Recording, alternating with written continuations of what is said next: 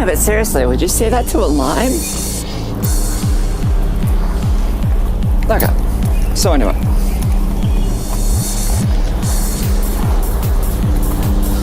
That was a little bit of a shout out to my friend Yuri for being an awesome person who I kind of mistreated a little bit.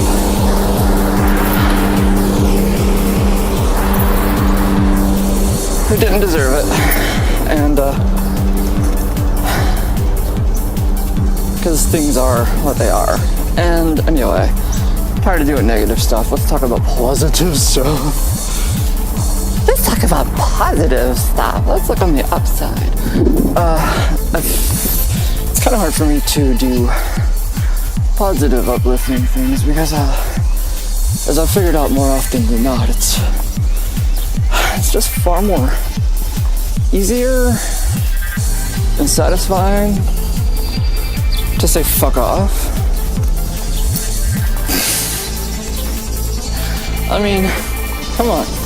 Who doesn't just get sick of people's bullshit when confronted with it? Because it's like you have to deal with crap all the time, constantly. Whether you're a man or a woman, and it's different for each. Can't really say it's better or worse. It is what it is, and.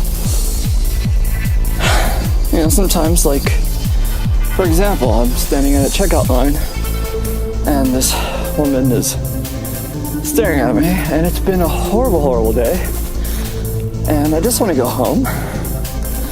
I'm at my least favorite place on earth buying groceries and, you know, she's looking at me and I just look at her and I'm like, what? And she's like, are you a boy or a girl? Little interactions like that, you know, throughout the day-to-day life. Am I a boy or a girl? What's it to you?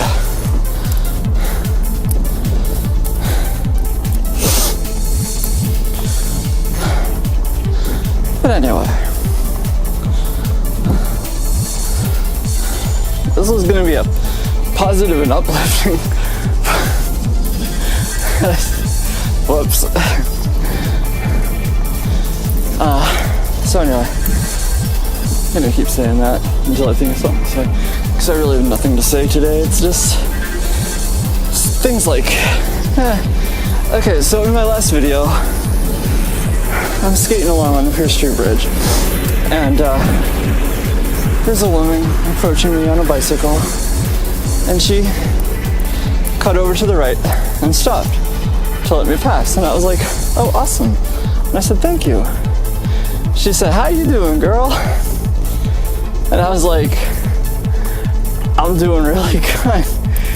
And especially in part because of the fact that you just said girl, like you didn't misgender me. That feels awesome, you know? It feels like all the hard work that I've done to change my body and change my presentation, I think of little things like changing my voice and the way I speak, you know, they all paid off. And, you know, if I can appear grungy and in my sweats, this is the same thing I was wearing yesterday, you know, and if I can appear like that and still have some random stranger on the street gender me correctly, wow. It feels like I've arrived. So it's ironic that in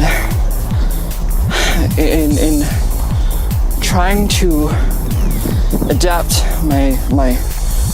myself to allow my true self, my true nature to come out, and to be the way that I really am, and to look the way that I really want to look, and feel the way that I really feel, instead of hiding all of that and suppressing all those emotions.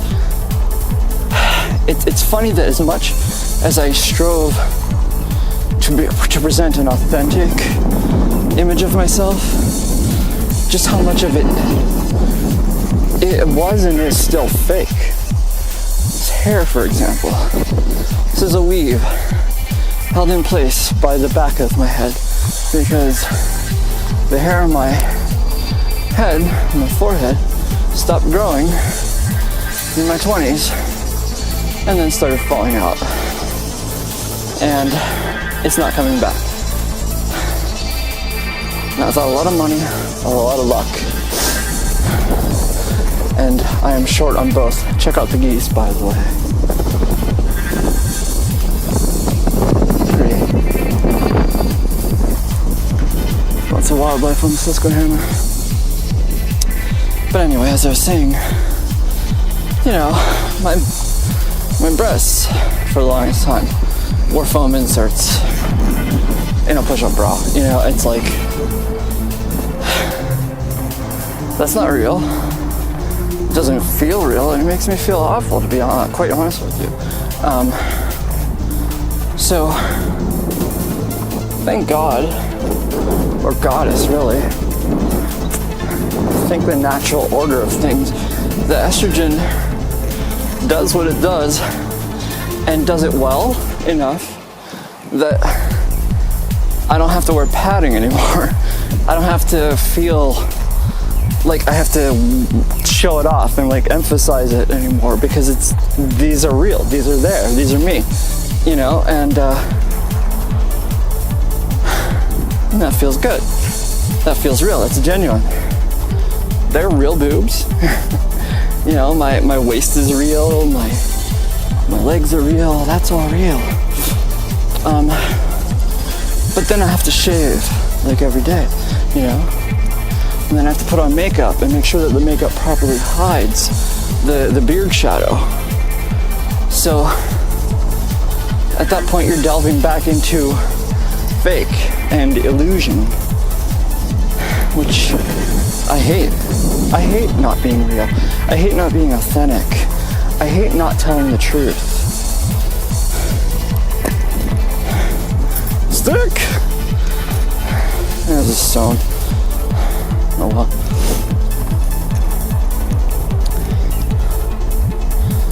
So, buttons.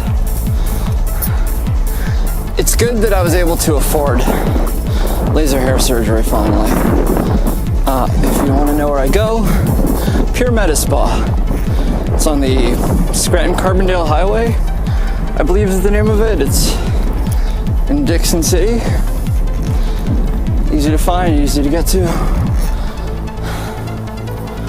I walk in with scruff and stubble on my face, and half an hour later, or 45 minutes later, I walk out with a swollen lips and jawline, covered in aloe and whatever's left of the sonogram jelly that they use as a medium to help the laser penetrate the skin.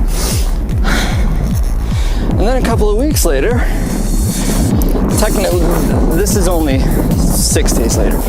Today's Wednesday, and I had it done last Thursday. That was my second laser session, and I'm now more than 24 hours without a shave, and I can get away with it. I've gone to work like this. I mean, I've touched up the makeup just a smidgen, just to make sure I got rid of the dark spots. And as it turns out, my face has a lot of dark spots on it, because as a kid, I didn't do a very good job of avoiding the sun all that often. And the estrogen helps to really emphasize that. For some reason, you get really dark freckles on your skin. But it also cleared it up, because I used to be very, very greasy. Like, greasy to the point where I'd be looking into a camera, and when I pull it away, there'd be like a greasy imprint of my nose on the screen, and gross. Yeah. Back hair, chest hair, gross. Arm hair, long, leg hair, ooh. Imagine Robin Williams naked. That was me. It was bad. Thank you, Mother Estrogen, for getting rid of all that. Strong headwind right here. Holy. So anyway, now that like my body has changed pretty radically, in some ways not as radically as I'd like, but, money, how much do you want to work for it, as they say. That was a very important thing somebody said to me one time. She said, a drag queen said to me one day, she said, like, girl, you gotta work, and I didn't really follow RuPaul. I didn't really follow the drag queen scene. I still don't. And I never went in for that. I never considered myself a drag queen. I never wanted to characterize the female form. I just wanted my form to match that and to emphasize the way I felt that it should have been all along. It's like a sculptor. We liken it to a caterpillar going into a cocoon and emerging as a butterfly. I don't like to emerge at that. I don't like to express it that way. I feel it's more like, was it Michelangelo who said, "Party on, dudes"? No, it was, someone asked him how he creates his sculptures. And he said, "I don't create them. All I do is chip away the rough edges and the granite that isn't part of the sculpture. It's already there inside. I just take away the parts that don't reflect the sculpture." Something like that. And that's the way I see it. That's the way I see myself. Is that I'm not transforming myself or going through any kind of, magical process. I'm just doing things that nature took away from me. Because I realized that all embryos start off as female. That's why men have nipples. A little bit of testosterone goes into the system, takes the chromosomes and everything else, and clitoris forms into the penis, and the labia form together and becomes a scrotum, and voila, we call that a male. But really, the fact that it starts off as something that looks more female, it's like, what can we really call that? It's a spectrum. That's what we're going with these days. So that's cool.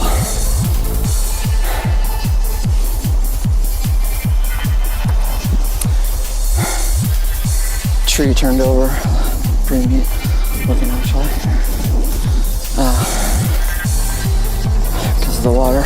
But anyway, getting back to the point. I find it ironic that finally after putting all this work and effort into not perfect, but to get the outside to match, to get my outward gender expression to reflect what my inward gender expression felt. Now that I've kind of hit that point, what have I want to say? Did I regress? No, it's not so much that I regress, it's the fact that I'm more comfortable dressing like a tomboy.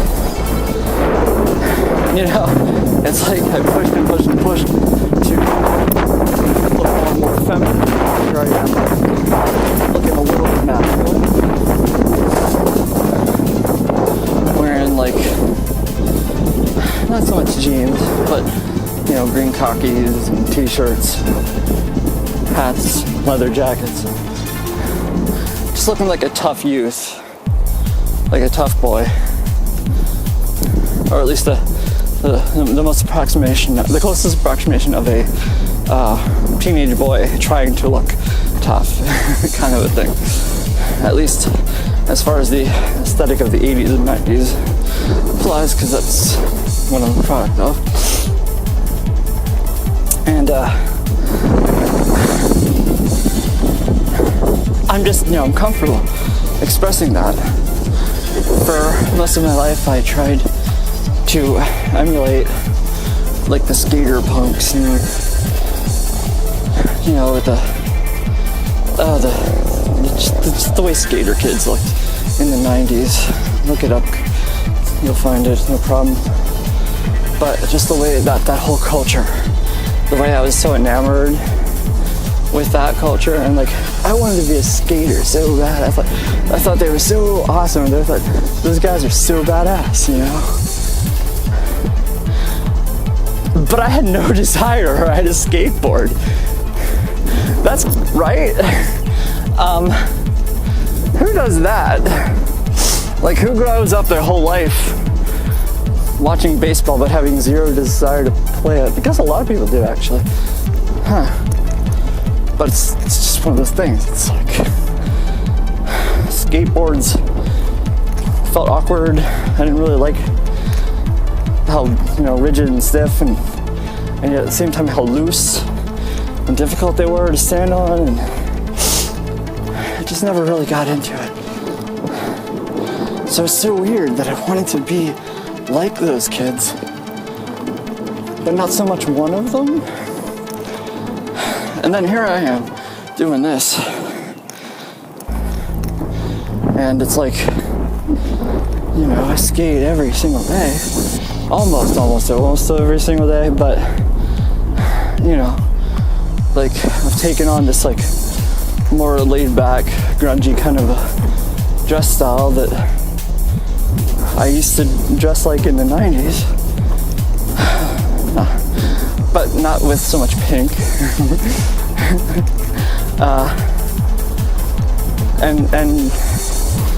And to have some random stranger go, "Hey girl, wow,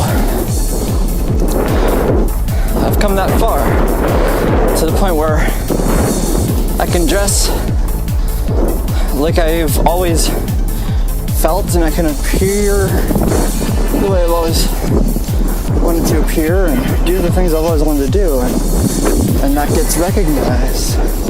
Not that it needs to be, and that's the thing.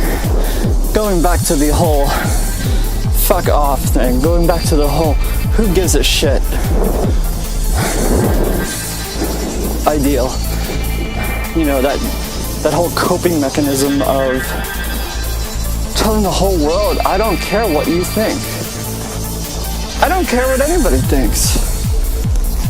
You look at me, you're gonna see what you want regardless of what I want you to see.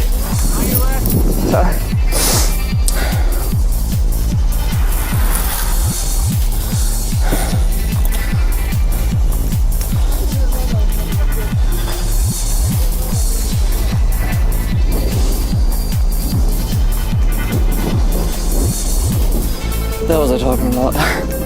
Yeah, the whole fuck off attitude. That's just part of my charm. It's also part of what gets me into insane amounts of trouble. It's what's gonna get me killed someday.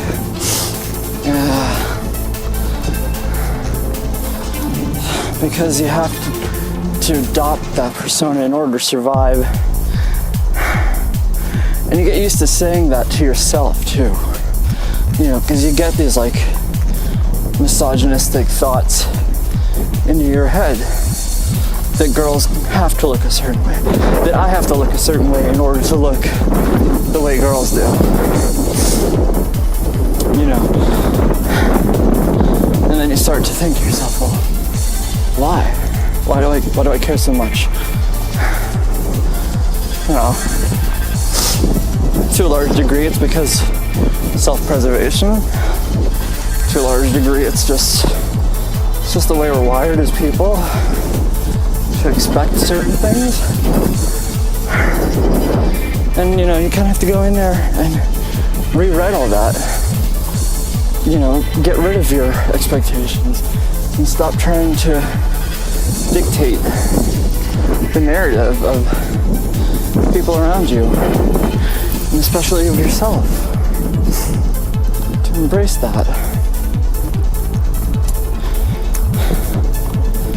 So, I get to dress like a skater punk, and I go rollerblading,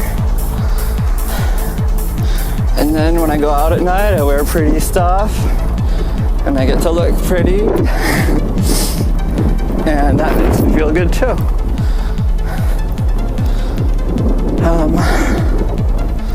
It's like the first time I put on a suit, a masculine suit versus a feminine suit, the kind of suit that women, you know, professional women wear, with a skirt and a jacket and a blue blouse, and I looked like some kind of like lawyer or something. It looked amazing, and it made me feel incredibly grown up and adult and real. You know, when I put on a suit and jacket, you know, suit and tie, the whole 9 yards, as a man, it always felt like it was choking me around the neck. It always felt so restrictive, and like I couldn't escape that. So, to wear a suit, stick, the kind that a woman would wear, it felt good, it felt free, it felt relaxing, it felt empowering, it put me in charge. I didn't feel like I was stuck in a cage trying to escape. I felt like I was the badass boss bitch that wasn't gonna take no guff off of nobody. If you don't like it, fuck off. And if you don't get it, who gives a shit?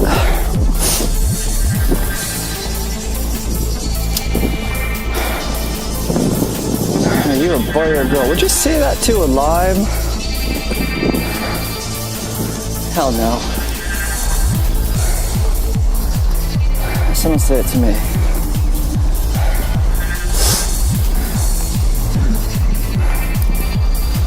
Life is real, and we do these things to embrace that realness and to acknowledge that we only have one life to live, and not to waste it on being fake and false and throwing away your hopes on empty promises and false beliefs. You be you. You do you. You go.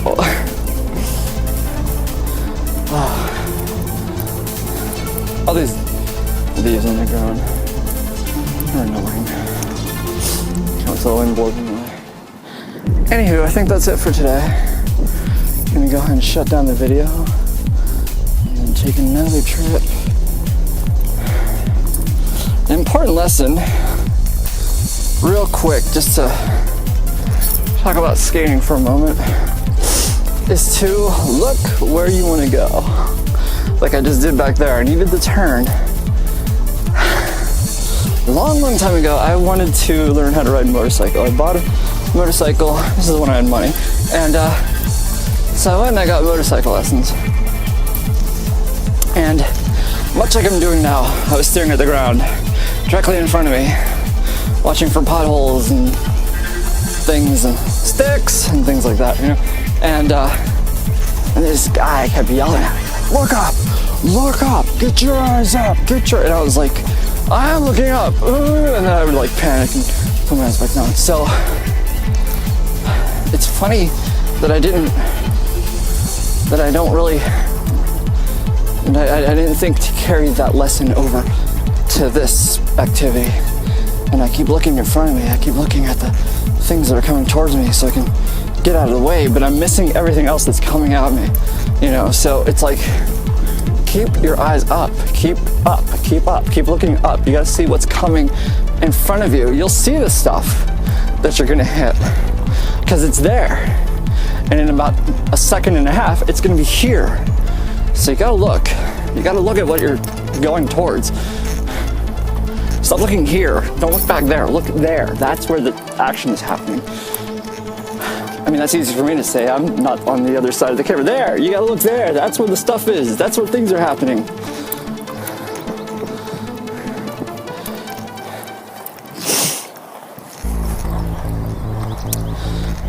And the other lesson was to take your head and swivel it at about 90 degrees. A little more if you can manage it. Because that's where the bike's gonna go. Turn your head to look that way. Sooner or later, the bike's gonna be going that way. And wouldn't you know it, the same thing applies to skates. The body goes where the head goes, and the head goes where the eyes are pointing. So if you're looking at that log, and you're staring at it, and you keep looking at it, and that's all you're seeing, eventually, you're gonna see that log from a perspective you've never wanted to see, as your ass comes flying over your tea kettle.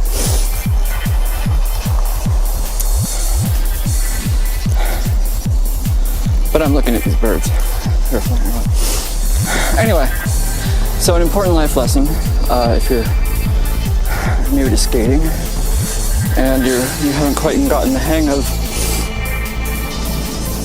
turns and things like that, is to look where you're going.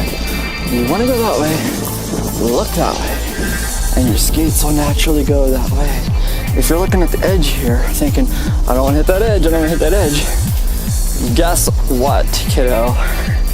You're going to hit that edge, because your body goes, the head is pointing, and the head goes, the eyes are looking.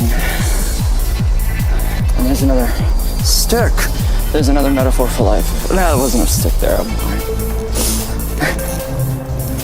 There's another metaphor for life for you.